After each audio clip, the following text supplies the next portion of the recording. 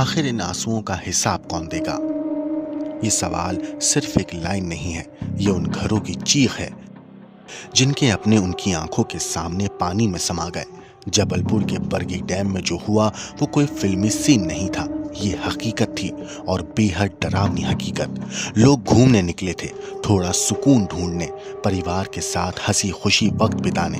उसी खुशी के लिए करीब 45 लोग उस क्रूज पर सवार हुए थे। बच्चे, महिलाएं, बुजुर्ग, सब एक साथ थे। शुरुआत में तो सब ठीक था, पानी शांत था, माहौल हल्का फुल्का था, लेकिन जैसे ही क्रूज डैम के बीच पहुंचा, मौसम ने अचानक करवट ले ली। तेज हवाएं चलने लगी और फिर आंधी इतनी तेज हो गई कि क्रूज डगमगाने लगा। लोग घबराने लगे, चीखें सुनाई देने लगी और देखते ही देखते वो क्रूज पानी में डूबने लगा। जो लोग कुछ देर पहले हंस रहे थे वो अब अपनी जान बचाने के लिए जूझ रहे थे। और सबसे हैरान करने वाली बात यह है कि क्रूज में लाइफ जैकेट तो थी, लेकिन बस दिखावे के लिए, किसी को पहनने के लिए कहा ही नहीं गया। यानी इंतजाम था लेकिन इस्तेमाल नहीं हुआ। अब सवाल यहीं से शुरू होते हैं, अगर मौसम खराब था तो क्रूज चलने की इजाजत क्यों दी गई? जब पहले से अलर्ट था तो उसे नजरअंदाज क्यों किया गया? लोगों को पहले ही लाइफ जैकेट क्यों नहीं पहनाई गई? जब पानी अंदर आने लगा तब भी इंतजार क्यों किया गया? क्या स्टाफ कम था?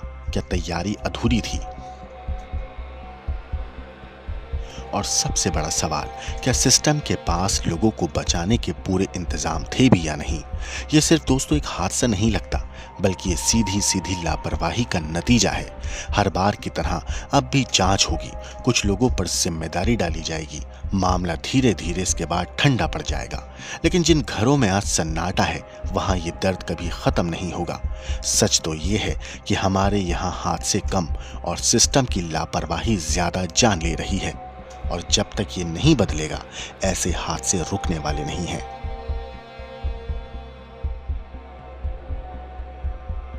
तूफान का अलर्ट था, उसके बावजूद नाव चलाई गई। सिर्फ ये अकेली लापरवाही नहीं है, लापरवाहियों की पूरी एक श्रृंखला है।